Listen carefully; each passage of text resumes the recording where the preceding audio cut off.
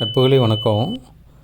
நம்ம இன்றைக்கி பார்க்க போகிறது இறைச்சிக்கடை வியாபாரிகளை பற்றியும் இறைச்சி கடையில் பணிபுரிகிற தொழிலாளர்களை பற்றியும். எல்லா தொழில்களை போல் இதுவும் ஒரு கைத்தொழில். எல்லாரும் முகம் சுளிக்கிற இந்த தொழிலை இவங்க சேவை மனப்பான்மையோடும் அர்ப்பணிப்போடும் செய்கிறாங்க. மற்ற தொழில்களுக்கு கூட டைமிங் இருக்குது, ஆனால் இந்த தொழிலில் டைமிங் இல்லைங்க.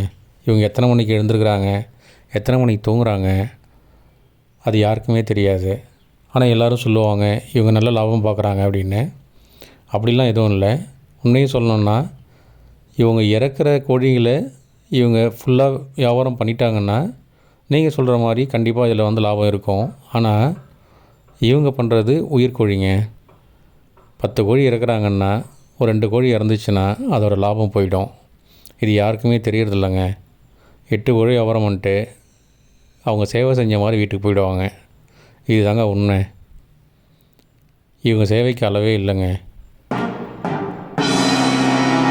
வருத்தமான விஷயம் என்னென்னா, ஒரு ப்ரைவேட் எம்ப்ளாயிக்கு பொண்ணு தராங்க, ஒரு விவசாயிக்கு பொண்ணு தராங்க. ஆனால் இந்த கறிக்கடையில் பணிபுரிகிற தொழிலாளருக்கும் சரி, இல்லை கடை வச்சுற வியாபாரிக்கும் சரி பொண்ணு தர்றதுக்கு யோசிக்கிறாங்க. அது ஏன்னு எனக்கு தெரியலங்க. கோவிட்க்கு அப்புறம் நிறைய இன்ஜினியர் சரி, நிறைய டிகிரி ஹோல்டரும் சரி இந்த தொழிலில் ஈடுபட்டிருக்காங்க. இப்போ இந்த தொழில் பரவலாகவும் விரிவடைஞ்சிருக்கு. அது யாருக்குமே தெரிய மாட்டேங்குதுங்க. இப்போ இருக்கிற போட்டி உலகில் இவங்க தரமான சிக்கன் வகைகளை கொடுக்கறதுக்கு ரொம்பவே மெனக்கடுறாங்க. தனக்கு லாபம் இல்லைன்னாலும் சேவைக்காக இந்த தொழிலை பண்ணுற நிறைய பேர் இருக்காங்க. இப்போவும் முக்கியமாக நீ எங்கடா வேலை செய்கிற, இறைச்சி கடையில் வேலை செய்கிறேன் அப்படின்னு சொன்னால் பொதுமக்கள் மத்தியில் ஒரு தவறான பார்வை இருக்குங்க. அது ஏன்னு எனக்கு தெரியல. இவங்க செய்கிறதும் ஒரு கைத்தொழில்ன்றதை மறந்துடாதீங்க.